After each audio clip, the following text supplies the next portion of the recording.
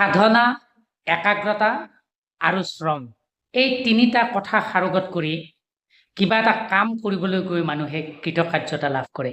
এই কথাটো আমি সকলোৱে জানো। কিন্তু এই তিনিটা কথাৰ উপৰিও আৰু এটা অতি দৰকাৰী কথা আছে, যিটো কথাত সাধাৰণতে মানুহে গুৰুত্ব দিবলৈ চেষ্টা নকৰে। আজি আপোনালোকক চুটিকৈ সেই বিশেষ কথাটোনো কি, অৰ্থাৎ সাধনা, একাগ্ৰতা আৰু শ্ৰমৰ উপৰিও যে আৰু এটা কথাৰ দৰকাৰ, সেই কথাটো ক'বলৈ মই বিচাৰিছোঁ। আশা কৰোঁ আপোনালোকে শুনিব। মই বিশেষ গুৰুত্বপূৰ্ণ দিশটোৰ কথা কোৱাৰ আগেয়ে নিশ্চিতভাৱে এগৰাকী বিশ্ববিখ্যাত বিজ্ঞানীৰ নাম ল'ব লাগিব।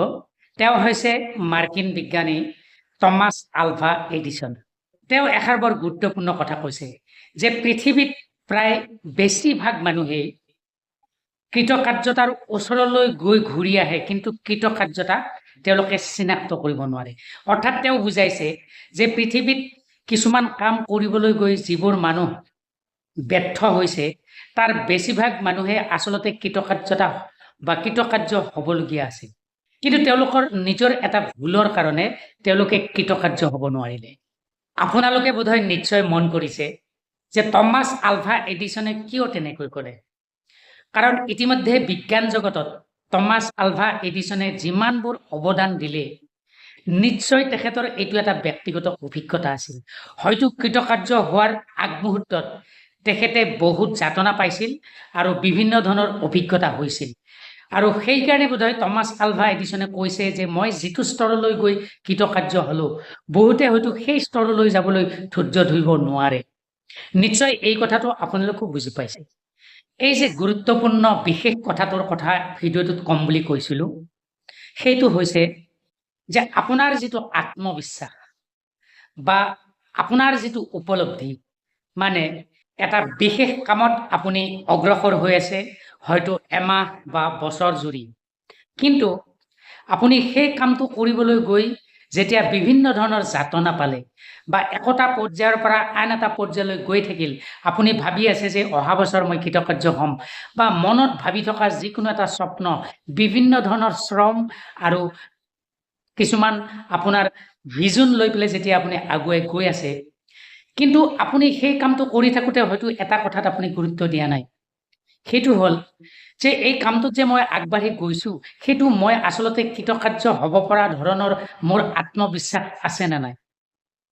কথাটো মন কৰিব, বহুত সৰু কথা যেন লাগে, কিন্তু গুৰুত্বপূৰ্ণ কথা। আপুনি যি কামেই নকৰক, সেই কামটোৰ প্ৰতি, সেই কামটোত যে আপুনি আগুৱাই যাব পাৰিব, আপুনি নোৱাৰিলেও আপোনাৰ কিন্তু এটা আত্মবিশ্বাস থকাটো দৰকাৰ, যে মই পাৰিমেই, ডিটাৰমিনেশ্যন। সেই কথাটো আচলতে টমাছ আলভা এডিছনে কৈছে।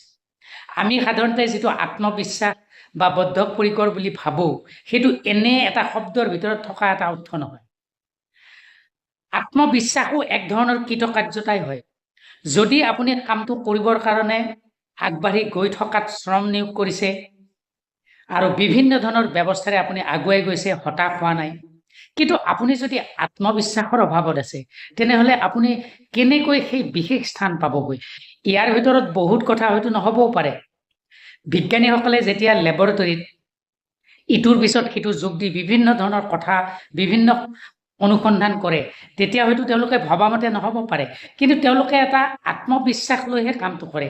তেওঁলোকৰ আগতীয়াকৈ এটা ধাৰণা থাকে যে এনেকুৱা কথা এটা হ'ব পাৰে। গতিকে আজি আপোনালোকক এই কৃতকাৰ্যতাৰ প্ৰসংগত যে আমাৰ শ্ৰমদান কৰা বা বিভিন্ন ধৰণৰ কথা ভাবিলেই যে আমি কৃতকাৰ্য হ'ব পাৰিম, সেইটো কেতিয়াও নহয়।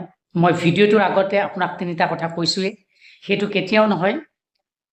আচল কথা হ'ল শ্ৰম, একাগ্ৰতা বা বিভিন্ন ধৰণৰ কথা থাকিলেও আপোনাৰ কিন্তু যিটো কামৰ কাৰণে আগবাঢ়িছে তাৰ কাৰণে এটা শুদ্ধ উপলব্ধি লাগিব, আৰু তাৰ লগত আপোনাৰ এটা আত্মবিশ্বাস লাগিব, নহ'লে আপুনি কৃতকাৰ্য হ'ব নোৱাৰে। আজি কৃতকাৰ্যতাৰ প্ৰসংগত আপোনালোকক খুব চুটিকৈ কথা এষাৰ ক'লোঁ, সহজভাৱে নল'ব, বুজি পাবলৈ চেষ্টা কৰক। ধন্যবাদ। মই আকৌ আহি আছোঁ আপোনালোকৰ ওচৰলৈ।